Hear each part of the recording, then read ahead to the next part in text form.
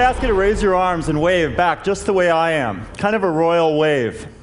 You can mimic what you can see. You can program the hundreds of muscles in your arm.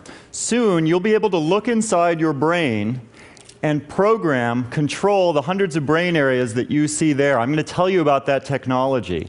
People have wanted to look inside the human mind, the human brain, for thousands of years. Well, coming out of the research labs just now for our generation is the possibility to do that. People envision this as being very difficult. You had to take a spaceship, shrink it down, inject it into the bloodstream. It was terribly dangerous. You could be attacked by white blood cells in the arteries. But now we have a real technology to do this. We're going to fly into my colleague Peter's brain. We're going to do it non-invasively using MRI. We don't have to inject anything. We don't need radiation. We will be able to fly into the anatomy of Peter's brain, literally fly into his body, but more importantly, we can look at his mind. When Peter moves his arm, that yellow spot you see there is the interface to the functioning of Peter's mind taking place. Now, you've seen before that with electrodes you can control robotic arms, that brain imaging and scanners can show you the insides of brains. What's new is that that process has typically taken days or months of analysis. We've collapsed that through technology to milliseconds, and that allows us to let Peter look at his brain in real time as he's inside the scanner. He can look at these 65,000 points of activation per second. If he can see this pattern in his own brain, he can learn how to control it. There have been 3 ways to try to impact the brain: the therapist's couch, pills, and the knife. This is a 4th alternative that you are soon going to have.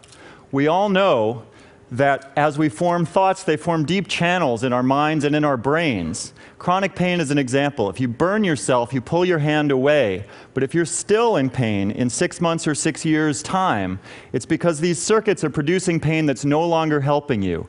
If we can look at the activation in the brain that's producing the pain, we can form 3D models and watch in real time the brain process information, and then we can select the areas that produce the pain. So put your arms back up and flex your bicep. Now imagine that you will soon be able to look inside your brain and select brain areas to do that same thing. What you're seeing here is we've selected the pathways in the brain of a chronic pain patient. This may shock you, but we're literally reading this person's brain in real time. They're watching their own brain activation, and they're controlling the pathway that produces their pain. They are learning to flex this system that releases their own endogenous opiates. As they do it, in the upper left is a display that's yoked to their brain activation of their own pain being controlled. When they control their brain, they can control their pain. This is an investigational technology, but in clinical trials we're seeing a 44 to 64% decrease in chronic pain patients. This is not the Matrix. You can only do this to yourself. You take control. I've seen inside my brain. You will too soon. When you do, what do you want to control? You will be able to look at all the aspects that make you yourself, all your experiences.